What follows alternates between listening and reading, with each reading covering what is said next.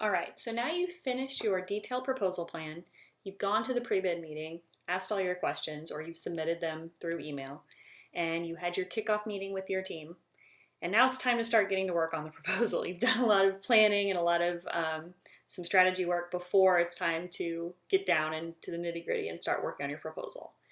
Now, one of the things that I like to do before I get into writing proposal content is take care of some of the finishing things first, because it never fails. When you've got a proposal due and you go to hit print, just stuff breaks. So the things that I try to get done ahead of time are things that can sometimes really tie up your printer and really cause a painful experience. So one thing that I'm going to talk about are some of the things that you can print ahead of time before you start working on content and some of the other key components of the proposal. So one thing I like to do for printed proposals is I like to create custom covers and tabs. So I have an example here, and I'm showing you on video instead of just on the screen because I kind of wanted you to see like the texture and everything like that. And you can see I also created these custom tabs, and they are all organized based on the RFP and how the RFP specified that they wanted the tabs to be designed. And I just came up with this format and designed these all on 8.5 by 11. Except for this, I designed on 11 by 17, and I sent it to Kinko's, and I had them print these out for me. So if you want your book to look really good, you don't have to have a very expensive printer, but Kinko's is, not exactly the cheapest in the world, and they didn't pay me to, they definitely didn't pay me to say that, but I'm just showing you my method. A lot of times when I need something printed within like 48 hours, they're usually pretty good at being able to turn that around for me. So after I've done all that pre-work that I discussed, the next thing that I start working on is designing some spiffy covers and tabs. And that way I can go ahead, get those done right off the bat, and then get to work on all the other content.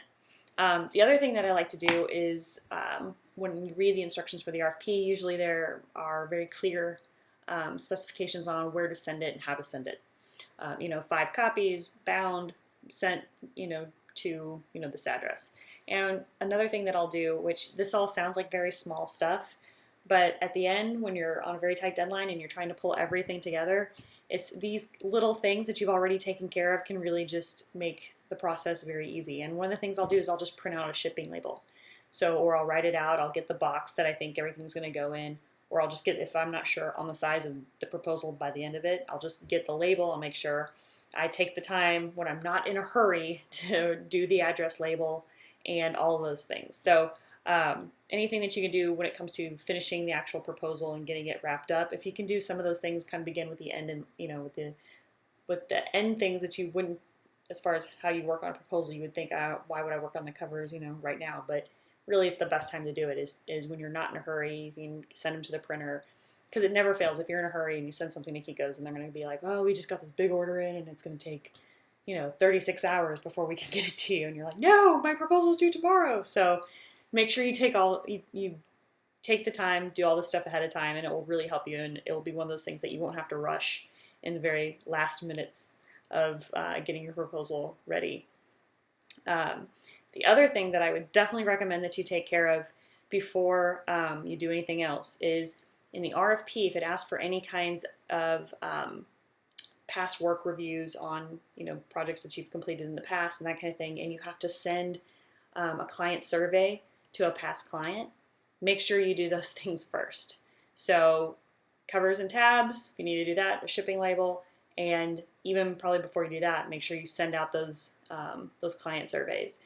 Because a lot of times, if you have to include them into your proposal, or if the client has to send those directly to the agency where the RFP was coming from, then those things can take quite a few weeks, and especially if you're submitting your proposal right around the holidays or anything like that.